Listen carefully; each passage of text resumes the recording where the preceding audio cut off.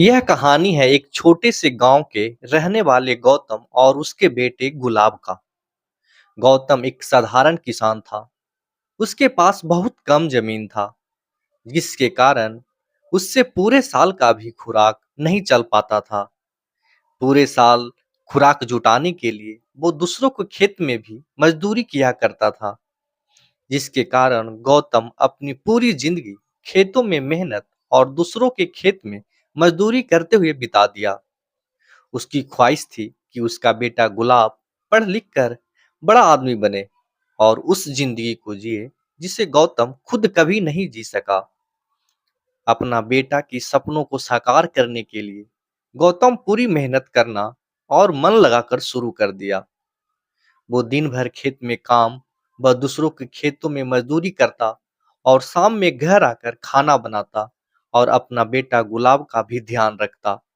ये सब गौतम के लिए आसान नहीं था। फिर भी गौतम कभी हार नहीं माना। गुलाब की माँ की मृत्यु गुलाब जब 4 साल का था तभी हो गया था, इसलिए गुलाब का बचपन अच्छा से नहीं गुजरा। गुलाब को अपनी माँ की कमी ना खले, जिसके लिए गौतम अपने बेटे गुलाब को किसी चीज की कमी नहीं होने दिया। गौतम सब कुछ करता जो एक माँ करती, जिसके कारण गौतम और गुलाब के बीच गहरा प्रेम था। गौतम अपने बेटे को हमेशा गोद में उठाकर खेतों में घुमाता और उसे दुनिया की बातें समझाता। हर रोज जब गौतम खेत से मजदूरी करके लौटता, तो गुलाब उसके आने का बेसब्री से इंतजार करता। गौतम ने बचपन से ही गुलाब को पढ़ाने की अहमियत समझाई और हमेशा उसे आगे बढ़ने के लिए प्रेरित किया। गुलाब भी अपने पिता के इस सपनों को पूरा करना चाहता था। दोनों के बीच एक अजीब सा रिश्ता था, जहां कम शब्दों में भी एक दूसरों की भावनाओं को समझ लेते थे। जैसे जैसे गुलाब बड़ा होता गया, उसके जीवन में पढ़ाई और दोस्तों की अहमियत बढ़ने लगी।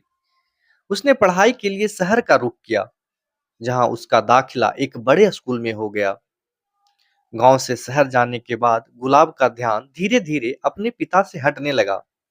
वह पढ़ाई में व्यस्त हो गया और गौतम से बातें करना कम कर दिया। गौतम हर रोज गुलाब का फोन आने का इंतजार करता, लेकिन कभी-कभी कई दिन बीत जाते और गुलाब का फोन नहीं आता। गौतम ने कभी गुलाब से इस बात की शिकायत नहीं की। वह समझता था कि उसका बेटा अपने भविष्य को संवारने के लिए मेहनत कर रहा है। गुलाब की पढ़ाई के लिए गौतम ने दिन रात मेहनत की। खेतों में काम करना और दूसरों के खेत में मजदूरी करना आसान नहीं था, लेकिन उसने कभी हार नहीं मानी। कई बार उसके शरीर में दर्द होता, लेकिन वह अपने बेटे के सपनों के लिए सब कुछ सहन कर लेता।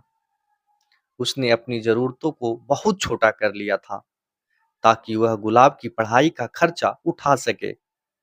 गौतम को एक ही उम्मीद थी कि उसका बेटा एक दिन बड़ा आदमी बनेगा और उसे गर्व महसूस होगा। उसने हर दर्द को मुस्कुरान के साथ सह लिया, लेकिन उसकी उम्र अब धीरे धीरे असर दिखाने लगी थी। कुछ सालों बाद गुलाब ने अपनी पढ़ाई पूरी कर ली और एक बड़ी कंपनी में नौकरी करने लगा। उसकी नौकरी उसे बहुत व्यस्त रखने लगी और अब वह गांव कम ही आता था। उसने सोचा कि उसके पिता को सब कुछ सही चल रहा होगा और वे खुद को संभाल सकते हैं। गौतम ने कभी गुलाब से कुछ नहीं कहा, लेकिन अब वह बूढ़ा हो चुका था। उसकी तबीयत धीरे धीरे खराब होने लगी थी। खेतों में काम करना भी मुश्किल हो गया था, लेकिन उसने गुलाब को कभी यह बात नहीं सुनाई। उसने सोचा कि वह अपने बेटे के जीवन में कोई बोझ नहीं बनना चाहता। एक दिन गौतम की तबीयत बहुत ज्यादा बिगड़ गई। गांव के लोग उसे अस्पताल ले गए, लेकिन उसकी हालत नाजुक थी। गांव वालों ने गुलाब को फोन किया और बताया कि उसके पिता की हालत गंभीर है। गुलाब तुरंत गांव के लिए निकल पड़ा। जब वह अस्पताल पहुंचा, तो उसने देखा कि उसके पिता बिस्तर पर लेटे हुए हैं। आंखों में एक अनकही सी कहानी और चेहरे पे हल्की सी मुस्कान। गुलाब का दिल टूट गया। वह दौड़कर अपने पिता के पास गया और उनकी हथेली थाम ली। गौतम ने बड़ी मुश्किल से आंखें खोली और मुस्कुराते हुए कहा, तू आ गया बेटा। मुझे तुझसे कुछ नहीं कहना था। बस तुझे दिखना चाहता था। ये सब सुनकर गुलाब की आंखों में आंसू थे। उसने कहा, पापा मैंने आपको कभी समझा ही नहीं। आप हमेशा मेरे लिए सब कुछ करते रहे और मैं तो आपके लिए समय भी नहीं निकल पाया। गौतम ने उसकी आंखों में देखा और धीमी आवाज में कहा, बेटा तू मेरा सपना था। तेरी खुशी में ही मेरी खुशी है। मैंने तुझसे कभी कुछ नहीं चाहा सिवाय इसके कि तू खुश रहे।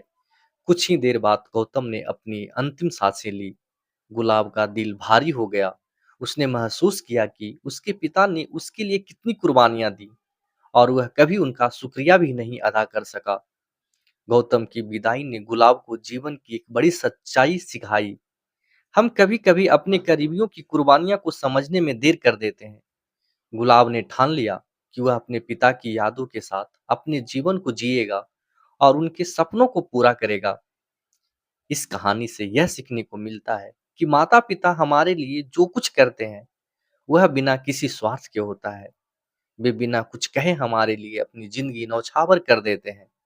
हमें चाहिए कि हम समय रहते उनके साथ समय बिताएं, उनकी कुर्बानियों को समझें और उन्हें वह प्यार और सम्मान दें जिसके वे हकदार हैं, क्योंकि समय निकल जाने के बाद सिर्फ पछतावा ही रह जाता है।